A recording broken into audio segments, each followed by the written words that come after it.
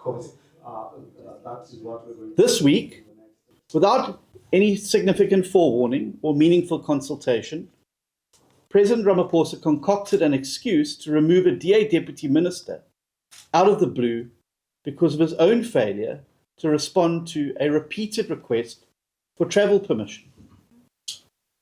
To make matters worse, President Ramaphosa has now also defied the 48-hour ultimatum issued to him by his largest coalition partner to act on corruption in his own ranks.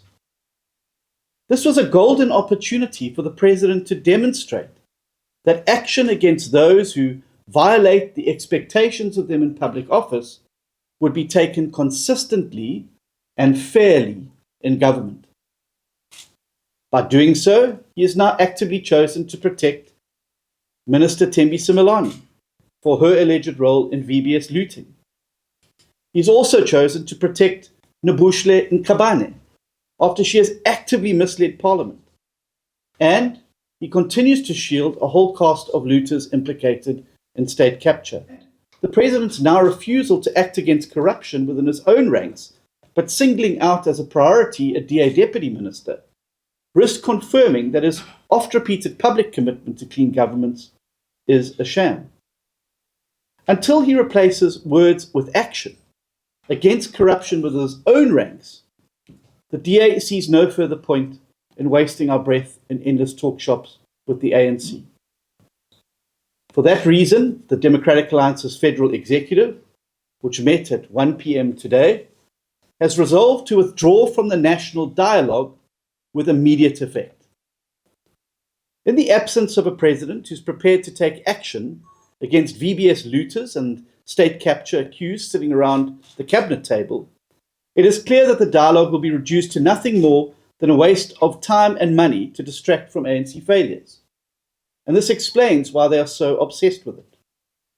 It's clearly an electioneering ploy at taxpayers' expense to gloss over the serious crises that they have plunged South Africa into.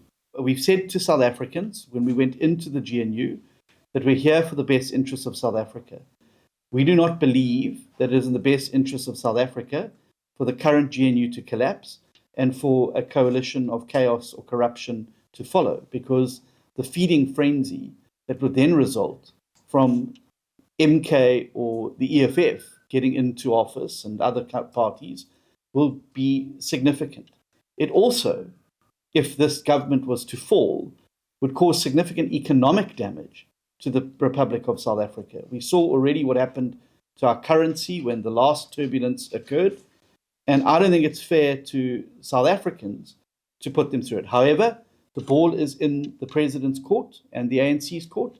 If they want to take a strong stance against us and want to stop us standing against corruption, well, they must fire us from the government of national unity. The president has made a big deal this week about his prerogative.